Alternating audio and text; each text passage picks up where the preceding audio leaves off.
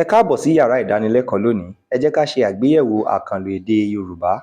Ìyẹn ni àwọn olóyìnbó ń pè ní idiomatic expressions.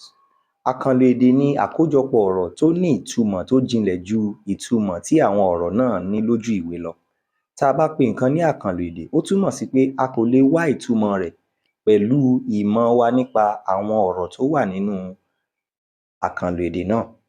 A gbọ́dọ̀ ní ìmọ̀ tó jinlẹ̀ lórí àkójọpọ̀ ọ̀rọ̀ àti ìpèdè tí a ṣe kí a tó lè mọ ìtumọ̀ àkójọpọ̀ ọ̀rọ̀ náà. Ẹ jẹ́ ká wo àwọn àpẹẹrẹ tó wà níbí. Àkàrà tú sépo.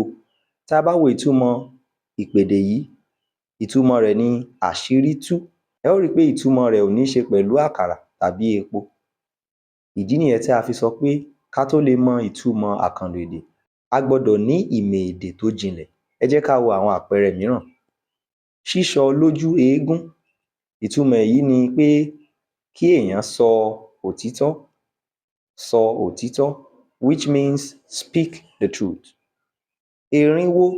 Ìtumọ̀ erinwó ni pé ẹni ńlá kú, which means a great person died. Ṣe ọwọ́ kúdúrú. Ṣe ọwọ́ kúdúrú. Ìtumọ̀ èyí ni pé fi ẹ̀bùn wá ojú rere, which means to bribe someone. Da àdí lórí èṣù. Da àdí lórí èṣù. This means seek trouble. Kí ènìyàn wá wàhálà. Filé pọtí fọ̀nà roka. Filé pọtí fọ̀nà roka. Ìtumọ̀ èyí ni pé ṣe ìnáwó tàbí ayẹyẹ ńlá, have a big ceremony. Ẹlẹ́nu ìbaaka. Ẹlẹ́nu ìbaaka.